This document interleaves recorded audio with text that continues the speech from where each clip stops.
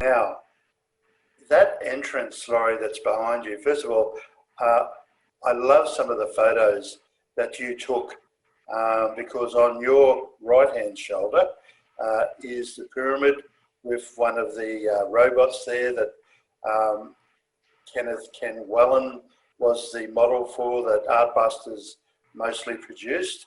And that's a wonderful story of John Truscott's love of robots that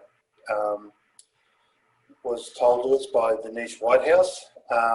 And obviously on your left-hand shoulder is a Pomodoro that is still in Brisbane that Sally-Anne Atkinson loves. So that background is quite amazing. However, there doesn't seem to be much scope in there for landscaping with plants, but I bet I'm wrong.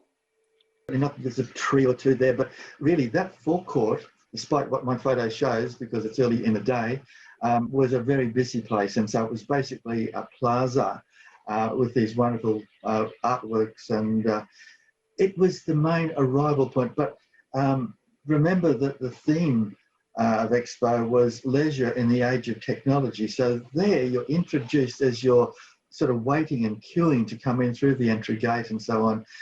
You're passing all these wonderful sculptures and other elements there that are technologically based. And yeah, that's how you begin to be introduced to it. But you can see through those wonderful arches there because they're very dramatic, and they span, as you can see, right from the cultural centre over to the station buildings.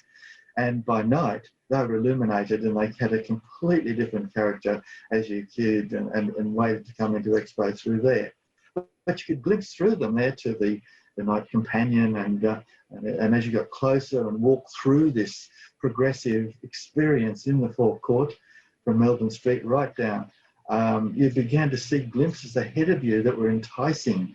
You know, you're beginning to get excited, and the landscape of the living murals and all of the other things that we've been talking about were there for you as you approached and took the different boulevards to the different precincts of the site. But I think, you know, it's important that those sculptures there on the station side by Pomodoro, which those wonderful bronzes and very surreal, very much out of this world, if you like. And you know, as Sally-Anne was said and organised for them to be now located down the bottom of Jacob's Ladder in Turbot Street, and what a wonderful cluster of structures they were in the forecourt. So that was it. It's just part of the whole landscape, because landscape encompasses not only plant material but all of the other elements that occur between the buildings, whatever that may be. And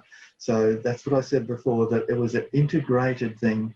The landscape of Expo, general term, covered everything that happened outside the pavilions.